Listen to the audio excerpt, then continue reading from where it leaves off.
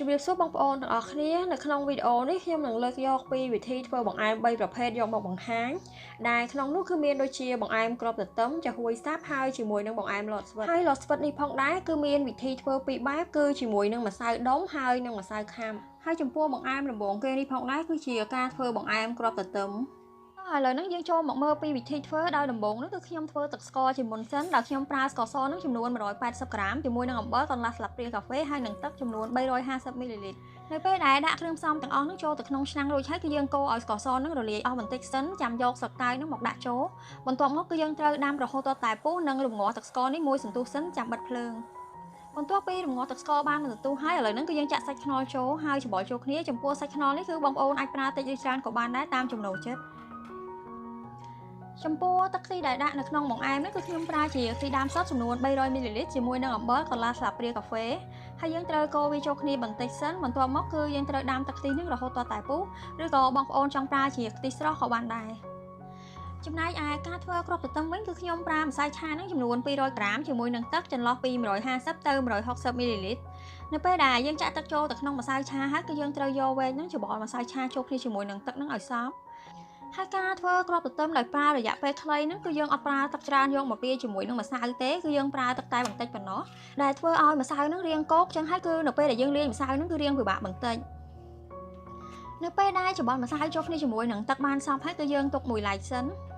យើងយកកំណាត់មួយផ្ទាំងឬក៏กระดาษអនាម័យក៏បានដែរយកមកបត់ដាក់នៅនឹងបាតហាសរួចហើយគឺយើងយកកំណាត់មួយផ្ទាំងទៀតយកមកដាក់ពីលើបន្ទាប់មកយើងចាក់ម្សៅដែលយើងបានលាយមុនហ្នឹងចូលហើយនៅពេលដែលចាក់ម្សៅចូលទៅក្នុងកំណាត់រួចហើយគឺយើងយកស្លាបព្រាហ្នឹងសង្កត់ជាជុំវិញរបស់ម្សៅហ្នឹងឲ្យវាធ្លាក់ចូលបន្តិចដោយសារតែនៅពេលដែលយើងចាក់ទៅគឺវានៅតែផ្នែកកណ្ដាលហើយនេះគឺជាទឹកមើមយេនដែលខ្ញុំប្រើយកទៅលាបពីលើម្សៅแล้วខ្ញុំយកមើមយេនហ្នឹងទៅឆុសរួចហើយពូតវាយកទឹកហើយបើបងប្អូនអត់ចង់ប្រើជាប្រភេទទឹកនេះទេគឺអាចប្រើជាល័ខពណ៌ក្រហមឬក៏ពណ៌ផ្សេងទៀតជំនួសក៏បានដែរបន្ទាប់ពីលាបពណ៌ពីលើម្សៅបានសព្វហើយគឺយើងយកម្សៅឆាហ្នឹងយកមករោយពីលើឲ្យពេញរួចហើយយើងយកដៃហ្នឹងវាឲ្យរាងស្មើបន្តិចផងបន្ទាប់មកគឺយើងទុកវាចោលរយៈពេល15នាទីបន្ទាប់ពីទុកម្សៅចោលបាន15នាទីឥឡូវហ្នឹងឃើញថាមុខខាងលើរបស់ម្សៅហ្នឹងរាងស្ងួតហើយគឺយើងយកទៅកាត់ជាដុំតូចៗដោយនៅនឹងជ្រញ់ហ្នឹងគឺយើងត្រូវដាក់ម្សៅម៉ត់ពីក្រោមផងដើម្បីកុំឲ្យម្សៅហ្នឹងស្អិតជាប់ហើយបន្ទាប់មកគឺយើងកាត់វាជាដុំតូចៗចំពោះគ្រាប់ម្សៅហ្នឹងបងប្អូនអាចកាត់ឲ្យរាងតូចៗជាងខ្ញុំកាត់ក៏បានដែរព្រោះគ្រាប់របស់ខ្ញុំនេះនៅពេលដែលស្ងោរឆ្អិនទៅគឺឃើញថាវារីករាងធំបន្តិចបន្ទាប់ពីកាត់ម្សៅរួចហើយគឺយើងយកម្សៅហ្នឹងចាក់ចូលទៅក្នុងកន្ត្រងដើម្បីរែងឲ្យកម្ទេចម្សៅហ្នឹងធ្លាក់ចេញរួចហើយគឺយើងយកទៅចាក់ដាក់ចូលនៅក្នុងទឹកក្តៅដែលដាំពុះហ្នឹងហើយត្រូវចាក់បណ្ដាលកូរបណ្ដាលដើម្បីកុំឲ្យម្សៅហ្នឹងវាស្អិតជាប់គ្នាឬក៏វាស្អិតជាប់នៅនឹងបាតឆ្នាំងនៅពេលដែលចាក់ម្សៅចូលអស់ហើយគឺយើងកូរវាបន្តិចសិនបន្ទាប់មកគឺយើងត្រូវស្ងោរគ្រាប់ទទឹមហ្នឹងរយៈពេលប្រហែលជា5ទៅ6នាទី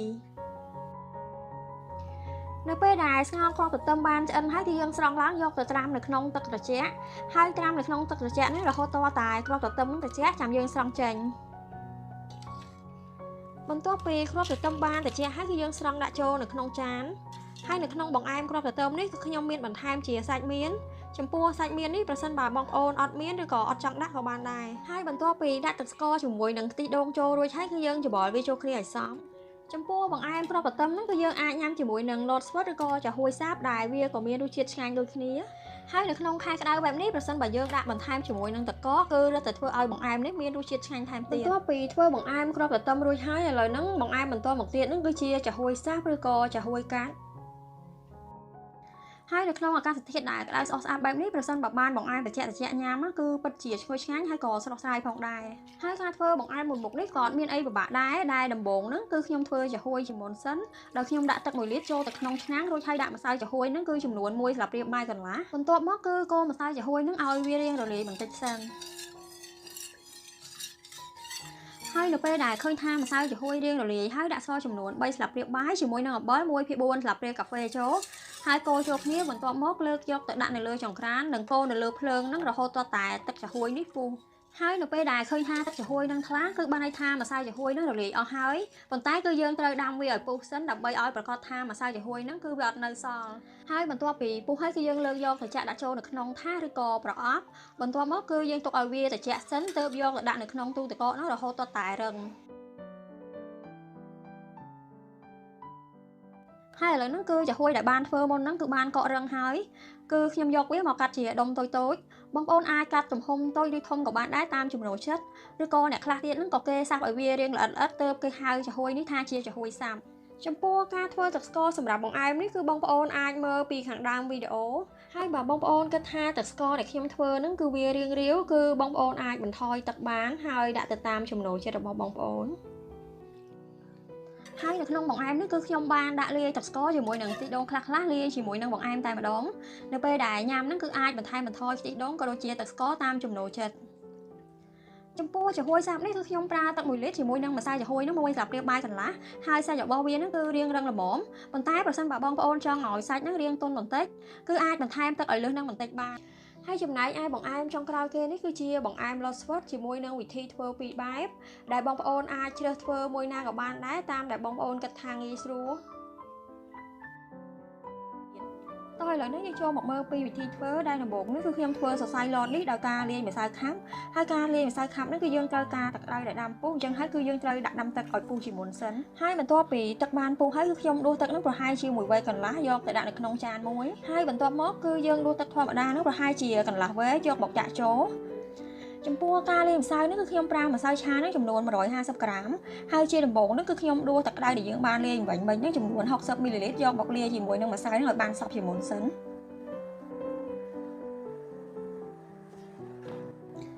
បន្ទាប់ពីឃើញថាលាយម្សៅចូលគ្នាជាមួយនឹងទឹកក្តៅមិញហ្នឹងបានសព្វល្អហើយគឺខ្ញុំដួសទឹកក្តៅដែលយើងកំពុងតែដាំពុះនៅលើចង្ក្រានហ្នឹងចំនួន30មីលីលីត្រយកមកចាក់ចូលហើយដោយសារតែវាក្តៅខ្លាំងពេកធ្វើឲ្យពិបាកក្នុងការច្របាច់អញ្ចឹងហើយខ្ញុំដួសទឹកក្តៅដែលយើងបានលាយនេះចំនួន30មីលីលីត្រទៀតយកមកចាក់ពីលើហើយទៅច្របាច់វាចូលគ្នាឲ្យសព្វចំពោះស្លាបព្រាជ័រដែលខ្ញុំប្រើវ៉ាទឹកលាយម្សៅមិញហ្នឹងគឺវាមានចំណោះ1/8 ខាំដែលស្មើនឹង30មីលីលីត្រឬក៏ស្មើនឹង2ស្លាបព្រាបាយយើងធម្មតាហ្នឹងហើយឥឡូវនេះបន្ទាប់ពីលាយម្សៅចូលគ្នាបានសព្វហើយគឺខ្ញុំបន្ថែមទឹកក្តៅដែលកំពុងពុះនឹងចំនួន1ស្លាបព្រាបាយទៀតដែលស្មើនឹង15មីលីលីត្ររួចហើយគឺយើងត្រូវច្របល់វាចូលគ្នារហូតដល់តែចូលគ្នាបានសព្វល្អអញ្ចឹងហើយទឹកដែលយកមកលាយម្សៅសរុបទាំងអស់ហ្នឹងគឺមានចំនួន135មីលីលីត្រដែលស្មើនឹង9ស្លាបព្រាបាយហើយនៅក្នុងនោះគឺមានទឹកក្តៅនេះចំនួន90មីលីលីត្រជាមួយនឹងទឹកដែលកំពុងពុះនឹងចំនួន45មីលីលីត្រហើយការលាយម្សៅជាមួយនឹងទឹកនេះគឺយើងដាក់ទឹកក្តៅជាមួយនឹងទឹកដែលកំពុងតែពុះនឹងឆ្លាស់គ្នាបន្ទាប់ពីលាយម្សៅចូលគ្នាបានសព្វហើយយើងលើកម្សៅឡើងហ្នឹងគឺវាហូរអត់ដាច់ខ្សែបែបនេះគឺយើងអាចយកទៅប្រើបានហើយចំពោះការរោយម្សៅវិញគឺខ្ញុំដាក់ម្សៅនេះចូលទៅក្នុងថង់ដែលបងប្អូនអាចប្រើថង់បែបនេះឬក៏ជាថង់ដែលអត់មានដៃក៏បានដែរហើយចំពោះម្សៅនេះផងដែរប្រសិនបើបងប្អូនចង់លាយពណ៌គឺយើងអាចបំបែកវាបានដោយដួសម្សៅខ្លះហ្នឹងដាក់ចូលនៅក្នុងថង់ហើយម្សៅដែលនៅសល់ហ្នឹងគឺយើងយកទៅលាយជាមួយនឹងទឹកពណ៌ហើយចំពោះទឹកពណ៌ដែលខ្ញុំយកមកលាយជាមួយនឹងម្សៅនេះគឺជាទឹកការ៉ុតដែលខ្ញុំបានលាយជាមួយនឹងទឹកមើមយ៉ានបន្តិចដើម្បីឲ្យពណ៌របស់វានឹងកាន់តែដិតឬក៏បងប្អូនអាចប្រើល័ខពណ៌ក៏បានដែរហើយដោយសារតែធ្វើដោយប្រើពណ៌ធម្មជាតិបែបនេះគឺយើងត្រូវដាក់រាងច្រើនបន្តិចដើម្បីឲ្យវាចេញពណ៌ហើយវាក៏ធ្វើឲ្យម្សៅនោះទៅជារាវដូច្នេះហើយគឺខ្ញុំយកម្សៅឆាហ្នឹងមកដាក់បន្ថែមបន្តិចទៀតដើម្បីឲ្យម្សៅរបស់យើងនឹងឡើងខាប់វិញអញ្ចឹងហើយប្រសិនបើបងប្អូនលាយម្សៅហើយដាក់ទឹកជ្រោយវាធ្វើឲ្យម្សៅហ្នឹងទៅជារាវគឺបងប្អូនអាចដាក់ម្សៅឆាហ្នឹងបន្ថែមទៀតបានហើយទឹកការ៉ុតបាញ់ហ្នឹងក៏ដូចគ្នាបងប្អូនត្រូវយកទៅដាំឲ្យពុះឬក៏ត្រឹមតែក្តៅក៏បានដែរមុននឹងយកមកលាយជាមួយនឹងម្សៅនេះឥឡូវនេះយើងចូលមកមើលពីការលាយម្សៅដុំវិញម្ដងដែលខ្ញុំប្រើម្សៅឆានេះចំនួន50ក្រាមលាយជាមួយនឹងទឹកការ៉ុតដែលកំពុងពុះហ្នឹងដែលការលាយម្សៅនេះប្រសិនបើបងប្អូនចង់ឲ្យសាច់ឡតនឹងរាងស្វិតគឺបងប្អូនដាក់ទឹកត្រឹមតែ40មីលីលីត្របានហើយប៉ុន្តែប្រសិនបើបងប្អូនអត់ចង់បានសរសៃឡតដែលស្វិតទេគឺអាចដាក់ទឹករហូតដល់ទៅ45មីលីលីត្រចំពោះការលាយម្សៅនេះគឺយើងត្រូវច្របាច់ម្សៅចូលគ្នារហូតដល់តែម្សៅនឹងចូលគ្នាបានសព្វល្អហើយប្រសិនបើបងប្អូនមានលាយពណ៌ផ្សេងទៀតម្សៅដែលយើងលាយរួចនេះគឺយើងត្រូវយកថង់មកខ្ចប់ទុកដើម្បីកុំឲ្យម្សៅនឹងវារឹងចំពោះម្សៅមួយពណ៌ទៀតនេះគឺខ្ញុំប្រើម្សៅឆាលាយជាមួយនឹងទឹកផ្កាមេអំបៅដែលដាំពុះហើយទឹកផ្កាមេអំបៅនេះគឺយើងយកផ្កាមេអំបៅក្រៀមនេះយកមកដាក់រងាស់វារហូតដល់តែវាចេញពណ៌ហើយទើបយកមកប្រើឥឡូវនេះបន្ទាប់ពីលាយម្សៅរួចហើយគឺខ្ញុំយកម្សៅនេះមកកិនឲ្យសំប៉ែរួចហើយកាត់ម្សៅនេះជាសរសៃតូចៗ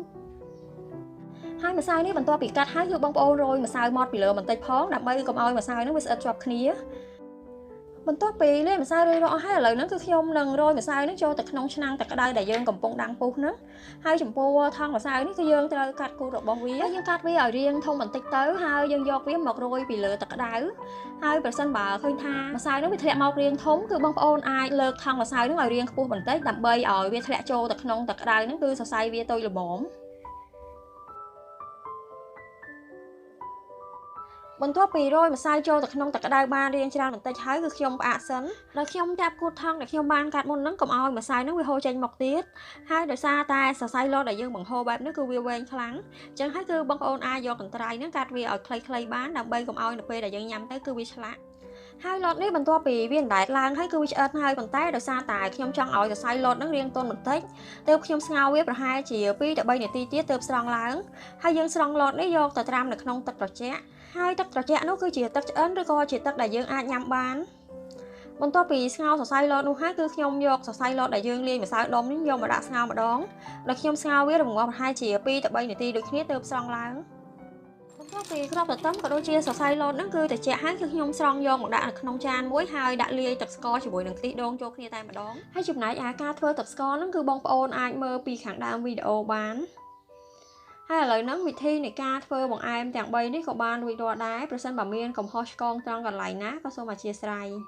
ហើយប្រសិនបើបងប្អូនចូលចិត្តវីដេអូនេះកុំភ្លេចជួយចុច like និង share វីដេអូនេះទៅកាន់បងប្អូននិងមិត្តភ័ក្តិដទៃទៀតសូមអរគុណ